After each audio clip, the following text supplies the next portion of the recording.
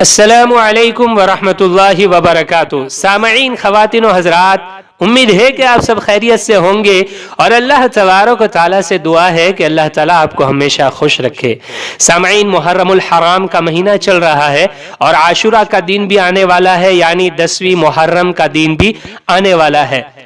اور عاشورہ کے دن ایک ایسا کام نبی کریم صلی اللہ علیہ وسلم نے بتایا ہے، اگر کوئی وہ کام عاشورہ کے دن 10ویں محرم کے دن کر لیتا ہے تو اللہ تبارک و تعالیٰ اس کو 1 سال کی روزی عطا فرماتے ہیں۔ 1 سال کی وسعت روزی میں اللہ تعالیٰ اس کو عطا فرماتے ہیں۔ تو یہ عمل، یہ کام میں آگے بتانے والا ہوں۔ اس سے پہلے آپ کو یہ بتاتا چلوں کہ محرم کا مہینہ نکل گیا اور یہ دن نکل گیا تو پھر ہم اتنی بڑی فضیلت سے محروم رہ جائیں گے۔ اس لیے اس بات کو دھیان سے سنیں کہ عاشورہ کے دن ہمیں کیا کرنا ہے، جس کی وجہ سے ہماری روزی میں 1 سال کے لیے وسعت ہو جائے۔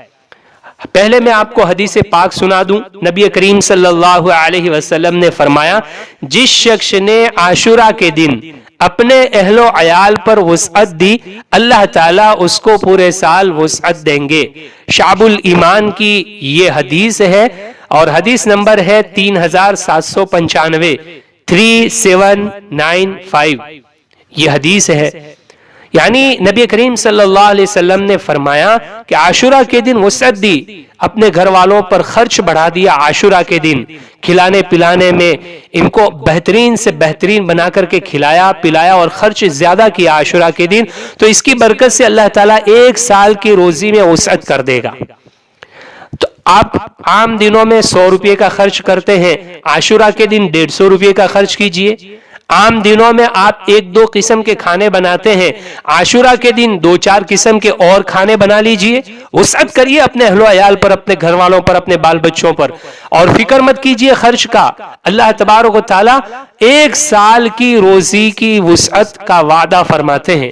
نبی کریم صلی اللہ علیہ وسلم نے اپنی نبوت والی زبان سے یہ بات ارشاد فرمائی ہے، اور اس پر تجربہ حضرت سفیان ثوری رحمۃ اللہ علیہ کا، یہ بہت بڑے اللہ والے گزرے ہیں، وہ فرماتے ہیں کہ میں نے اس پر تجربہ کیا تو واقعی میرے رزق میں پورے سال وسعت رہی، برکت ہی برکت رہی پورے سال۔